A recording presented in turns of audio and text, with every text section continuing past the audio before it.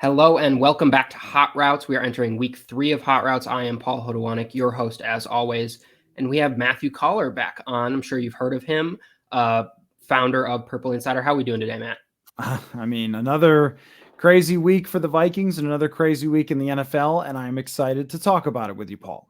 Yeah, I was going to say all my takes I thought I had kind of got blown up this week, so I'm scrounging. I'm trying to figure out what's still good, what's still bad. So excited to have this conversation with you. And one of the places I want to start first is last week Sam and I ranked our top 5 teams. I think I had the Rams at the top of the NFC and the Bills at the top of the AFC. Well, both of them looked not great this week, uninspiring, bad performances. Bills to the Jaguars, Rams to the Titans. So a little bit of difference in the strength of opponent there. But I'm wondering from you, like, who are you more confident now as a Super Bowl contender after we both saw some bad performances? The Rams or the Bills? Who are you more confident in? That's a good question because I think that they are both equally strong and equally flawed. Now, maybe Buffalo having the best defense in the NFL early in the year was a bit of a paper tiger. I mean, we made a lot out of how well they played against the Kansas City Chiefs, but it turns out that everybody can play well against the Kansas City Chiefs offense. That's not something that we would have known early in the year when we were praising Buffalo for having the great defense. But the Rams, they've shown some weaknesses when they play against good teams. They struggled against Arizona. They struggled against the Titans. And we saw some of the Matt Stafford that we remember from watching him against the Vikings, where it's some amazing passes, some crazy interceptions, and usually ends up at the end of the game having some type of injury. And so I think that it's a concern for the Los Angeles Rams that there's some fundamental things that Matt Stafford does that might limit them eventually. But I think overall, they've done a tremendous job of maximizing everything he has and now adding Von Miller to that mix. I mean, there's a reason that they're all in because they believe they can win the Super Bowl. I don't think their losses are all that bad. In Buffalo, though, Josh Allen has one good year in his career, and it's last year. I mean, Matt Stafford at least has plenty of good football that he's put down, and I think that they have a very strong roster. But Buffalo, I mean, they're kind of looking more like the type of team that has a great one season, truly great, and then doesn't get it done. Tell me if you've heard this one before, Vikings fans, and gets to the AFC Championship game, and then the next year, everything is harder. Players don't stick around, or injury luck doesn't repeat, or your quarterback who had every pass go his way is not having every pass go his way this year, that when he flings the ball, it ends up in the Jaguars' hands instead of in the hands of his receiver. So I think that the Los Angeles Rams are a stronger team. However, the NFC's best teams are better than the AFC's best teams, which now might be Tennessee. And I think that might be something that helps Buffalo. If they ultimately get to another AFC championship, they're going to be looking across the field that we don't know, because there is no clear favorite as there is in the NFC, where there's a group of 4 or 5 teams where you'd say, okay, one of these teams will be in the Super Bowl. The AFC can go lots of different ways. Yeah, I have Buffalo in this argument, and part of it is the Rams still have to worry about winning their division with the Cardinals in there, and if they don't win their division, they're a wild card team, then they're going on the road probably at least twice, maybe all 3 times at that point. We've seen historically that is not a good spot to be in when you have to win road game after road game after road game in the playoffs. And so for me, it's Buffalo partly because of their division, and also, I mean, Stafford's been in the league a long time, but it can be argued that Josh Allen has already had more big game experience, at least in the playoffs, than Stafford has had really in his entire career. Stafford rarely ever got there with the Lions and never did anything when he did. Josh Allen has been in those games. He was in them last year and played really well. He's struggling right now. I still think the Bills are the team to beat. And yesterday, while their offense was abysmal, their defense played well, albeit against the Jaguars, but the Bills offense put their defense in some bad spots with some turnovers, and to still come away with only 9 points, I feel really good about that. And then again, yeah, the AFC is just kind of a crapshoot. We saw the Ravens yesterday be vulnerable, but they still look like one of the top teams. KC is messed up. The Titans, I still don't know. Without Derrick Henry, they had a nice game against the Rams, and we talked about it last week. We'll see if they embrace the passing offense as we go forward. So to me, just de facto by who they're going to have to face the rest of the year, the conference that they're in, I feel better about them getting the bye. And if they get the bye, then it makes it much, much easier to get to the Super Bowl. And for me, that's going to the Bills then. I want to stick for our second hot route with a question I was pondering yesterday during the Ravens and Vikings games. It was the 4th and 1. Lamar Jackson's on the goal line, and I tweeted out something like, "Is there anyone scarier on 4th and 1 than Lamar Jackson?" And I thought that'd be a perfect question to ask you. Like, who are the most, like, if you're a defender, who is the person you least want to see on the field for the offense? Who's the scariest guy? Yeah, one of the reasons that the Ravens, I think, have had a lot of success with Lamar Jackson and John Harbaugh is that John Harbaugh knows he could go for it on 4th down at any time, because even if everything goes wrong with a particular play, Lamar Jackson can make you right. And especially when you have short yardage, we saw the Ravens succeed because, in part, Lamar Jackson is going to draw so much attention. So he throws a touchdown to a wide open fullback, or he gives a pitch off to Devontae Freeman, who runs for a 1st down, because there's so much attention on Lamar Jackson running, and he deserves all of that attention. I think the only player that I've ever seen that was better in the short yardage situations was probably Cam Newton in his prime. With Cam Newton in his prime, if it was down at the goal line, they were going to line up in the shotgun, snap it to him, and he was going to plow through everybody. I mean, he was going at 250, 260, 6'5", strong, hard to take down. Lamar Jackson is a little more slight, but he's so quick and he's so wiry that, as you saw, the Vikings had a very difficult time. And so sometimes it feels like you've contained Lamar Jackson, and then you look up and he's got 120 yards rushing because he just breaks off big chunk after big chunk. So I think that his quickness, his athleticism, his ability to dodge tackles and then make plays in the passing game, and he's just developed a lot as a passer. Wasn't perfect against the Vikings, but you could see the development as a passer. I think he's as scary as it gets in the NFL. Even someone like Kyler Murray is a little smaller. I mean, he's very difficult to deal with, like once he takes the snap and scrambles, but not so much if you thought he was going to run at the end zone. So I think Lamar Jackson probably is your answer. Maybe not of all time. I think that's probably still goes to Cam Newton, but in the NFL presently, yeah, I'll go with Lamar. Yeah, I think that's a good argument. I'm going to go a little bit of a different direction in that, I mean, it's kind of a cop-out answer, but the greatest quarterback of all time, Tom Brady, on the 1 yard line for me, which just seems scary. I mean, we know what he can do, sneaking the ball, but then just being able to look at the defense, audible out of something, create something on the fly in terms of just, okay, you're going to single cover this guy on the outside. We're going to have him do out route or do any sort of thing. Just Tom Brady on the 1 yard line. If I'm a defender, I feel like he's going to maximize any deficiency we have at that point. And oh, by the way, he could just take the ball and sneak it because he's done that so many times. So you went with the physical, like, the athletic ability. That's the scariest. I think Tom Brady, his mind, his savviness, that was the one that jumped out to me, rivaling Lamar Jackson as the one other one that I feel like kind of compares right now in the game. Yeah, I think that's a good choice. And Tom Brady, famous for how successful his QB sneaks were because of his height. Maybe the question now is, without Derrick Henry, who is the best runner that you would want to give the ball to plow through? I wonder if Patrick Ricard is the answer, the fullback for the Ravens. It has to be asked, right? We have to start asking those questions. I think there's probably a running back that used to be up in Seattle that I would still maybe trust at the 1 yard line, that maybe his team should have trusted him a little bit more few years ago. That would be where I'd go. Moving on. Right after the Vikings game, I'm writing up the rundown, going through the quotes, and I'm looking up occasionally and seeing a Packers quarterback that not play very well, not something I'm accustomed to. And so obviously Jordan Love starting in place of Aaron Rodgers, who's out because of COVID.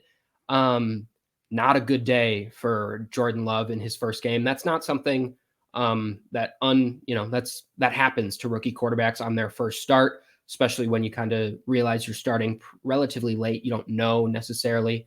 Should we be worried about that performance? Because it was not good from Jordan Love, and that game was just not good in general. Not great from Kansas City. They continue to falter. But should there be any more concern than you would have for a rookie off their first start? Well, I think, for Vikings fans watching, of course, they were probably thrilled to see what that looked like. The thing is about that start that is concerning, if you're the Packers, is that you're playing the Kansas City defense. And the Kansas City defense is horrendous. It's one of the worst passing defenses in the entire NFL. And yet all of a sudden they looked extremely competent against Jordan Love. think there's a few signs about Jordan Love that really told us where the Packers stood. And so nothing should be shocking about Jordan Love not playing well. I mean, number one is that Tim Boyle was their backup quarterback last year and not Love. When you draft someone in the first round, they should be your backup quarterback at least. That means he's not playing as well in practice as a guy who's undrafted. That's not a good sign. And then this year, think about Aaron Rodgers and what a pain he is to his entire franchise and how he held them hostage over the entire summer. And yet they had to negotiate with Aaron Rodgers and essentially give him a bunch of power within the organization to get him to come back. If they thought that Jordan Love was the guy and they were super excited about him in the future, it would have been much more of a Favrean type of end where they would have said, all right, Aaron, we'll trade you to San Francisco or we'll trade you to Denver. Have a good life because we've got our guy. So I expected Jordan Love to look that way. And that's kind of how he looked in college, where you saw some spectacular athleticism, but you also saw just a lot of confusion. He clearly didn't really know how to set protections or read the defense or anything like that.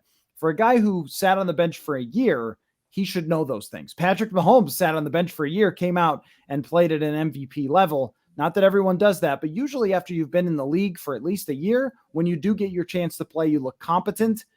He didn't look competent. Yeah, and I think the one other thing about the whole Aaron Rodgers offseason debacle is they had to prepare to not have Aaron Rodgers, which means they had to prepare for Jordan Love to be the starter. So I think a common excuse might be, well, LaFleur making a game plan on the fly. They haven't really figured it out yet, but you had a whole offseason to try to plan what your offense was going to look like without Jordan Love, and you had your weapons back. Devontae Adams was out there, and it still did not look good. So this wasn't you lost your quarterback on Friday, where we have to come up with a whole new scheme. We have to change up all these things. We don't know what plays we're going to run. Like, conceivably, they should have had an offense ready for Jordan Love because they didn't know if Rodgers was going to come back, if he was going to retire, what he was going to do. So this isn't just your run-of-the-mill situation. They should have been more prepared. Jordan Love seems like he should have been better. And so, yeah, I think this is a time when Vikings fans can look over and say, yeah, that was more concerning than it should have been. Maybe finally, once Rodgers leaves, the Packers are going to be in some sort of QB purgatory because it did not look good. Don't get too excited too fast, though. The last time Vikings fans got jacked up for a Green Bay quarterback to leave, it didn't work out too well. Fair point. Fair point. Let's move on to our team, the Minnesota Vikings, the team we cover. Because I think one of the biggest frustrations we're seeing now every week is the lack of involvement with Justin Jefferson. You saw early they wanted to get him the ball, first play of the game, end around to Justin Jefferson. They want to get him a touch. Then on third down, they call his number on the deep shot. He converts. And then after that, only 3-4 more targets for him all game long. It's 10 the last two games. I know you famously have said he should have 10 or more targets every game or someone goes to jail. We're a lot of jail time being accumulated this season. So I want to do a blame pie chart. I'm a famous staple of Hot Routes and the Purple Insider podcast. And I want to know who's to blame for Justin Jefferson's lack of involvement. And your options are Mike Zimmer, Clint Kubiak, Kirk Cousins, and I guess Justin Jefferson himself, if you believe he deserves any blame for this. Yeah, I'm going to start out with Justin Jefferson getting 0%. I'm not putting this on Jefferson. He's unstoppable, and we've seen him be unstoppable anytime they've really committed to throwing to him. Maybe he deserves 5%. I don't know. He should have caught the ball in Dallas down the sideline. But when you get so few opportunities, if one doesn't turn out, then it's amplified by a lot. So we'll give him 5%. He's been playing through some injuries. Maybe that'll make my numbers for my pie chart a little tricky here. I will go with Mike Zimmer gets 25%. It's his overall philosophy to be a run-first football team, and I think that puts them in a lot of third downs. I'm going to go another 30% on Clint Kubiak, so now we're up to 60 because, this is his first year calling plays, and I do believe he's drawing up plays to throw to Thielen and Jefferson. I would not accuse an offensive coordinator in the NFL of forgetting about his two wide receivers, but it's about drawing them up where it actually ends up in their hands, right there, where they have to be open and the quarterback has to believe in the throw. But I think 40% goes to the guy with the football in his hands. I mean, you go back to 2017 and Case Keenum knew what he had for wide receivers, and he just found a way. I am going to throw this football up, and if it gets picked, it gets picked, but I'm going to trust my guys, Stephon Diggs and Adam Thielen. And in this case, it should be Jefferson and Thielen. So the guy with the ball in his hands probably deserves the most criticism for not forcing them the ball in some way or another. And I know that defenses are going to line up and try to stop those guys, but look around the league. There are other elite wide receivers who put up huge numbers. Davante Adams is one of them. Everybody knows that they're going to throw to Davante Adams. So I think really this has been a group effort to avoid throwing the football to one of the best wide receivers in the entire NFL. And it's clearly cost the Vikings, I think, a lot of points this year that they've been checking down to tight ends and throwing underneath and missing opportunities. I think it's part of the reason why they're 18th in scoring this year.